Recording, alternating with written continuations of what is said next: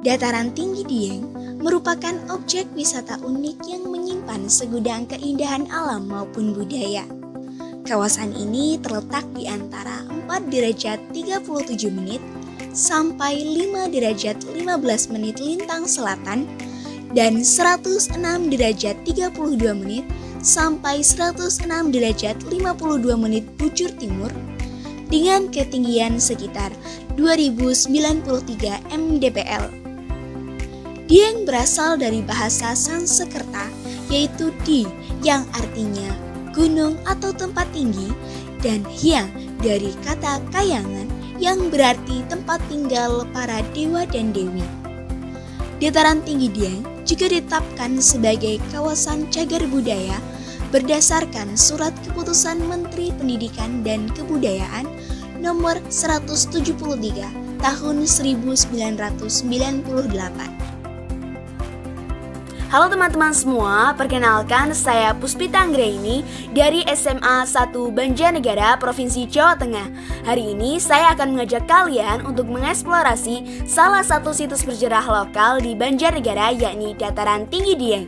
Ayo ikuti terus keseruannya, menelusuri jejak peradaban Hindu yang luar biasa melalui peninggalannya di Dataran Tinggi Dieng. Kawasan Dataran Tinggi Dieng telah lama dikenal sebagai pusat temuan arkeologi dengan ditemukannya sejumlah candi, arca, dan sisa-sisa bangunan kuno non-pemujaan berupa pentirtaan. Catatan Hindia Belanda menyebutkan ada 117 candi atau bangunan purbakala di Dataran Tinggi Dieng. Tetapi sekarang tersisa 9 yang masih berdiri, yaitu Candi Arjuna, Sembadra, Semar, Puntadewa, Srikandi, Setyaki, Dwarawati, Gatotkaca, dan Bima. Candi di Dieng diberi nama sesuai dengan nama tokoh pewayangan Mahabharata. Berdasarkan prasasti yang ditulis menggunakan huruf Pallawa atau Jawa kuno, tertulis angka 730 Saka atau 808 Masehi. Pembangunan Candi di Dieng diperkirakan dibangun pada masa pemerintahan dinasti Wangsa Sanjaya dari Kerajaan Mataram kuno atau Kerajaan Kalingga.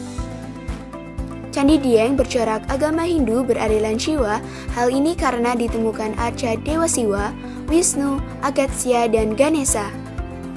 Saat ini saya berada di Kompleks Candi Arjuna, salah satu kompleks candi paling terkenal dan menjadi kompleks candi utama di Dieng. Candi ini menjadi bukti kemegahan peradaban Hindu di Banjarnegara pada masa lampau. Kompleks candi di Dieng, terutama Candi Arjuna, ditemukan pertama kali pada abad ke-19, tepatnya tahun 1814, oleh Theodor van Olff. Saat itu, Candi Arjuna masih tergenang air dan 40 tahun kemudian, upaya pemeliharaan candi dilakukan.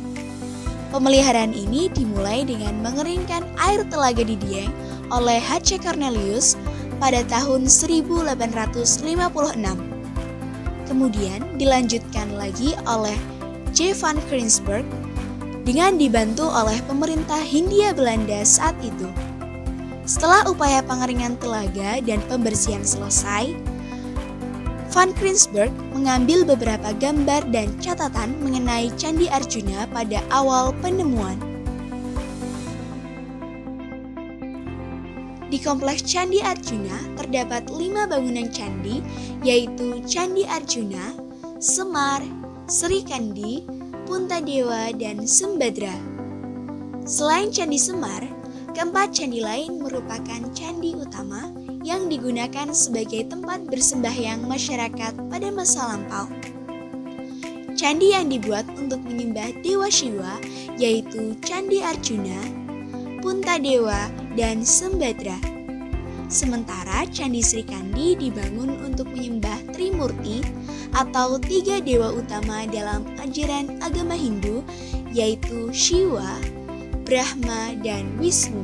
Ketika berkunjung ke Kompleks Candi Arjuna, kalian tidak akan menemukan arca yang biasanya menghiasi bagian dalam candi. Hal ini karena sebagian besar arca telah tersimpan di Museum Kailasa yang letaknya tidak jauh dari Kompleks Candi. Selain itu, Kompleks Candi Arjuna biasanya digunakan sebagai tempat pelaksanaan upacara pemotongan rambut gimbal yang menjadi puncak Dieng Culture Festival.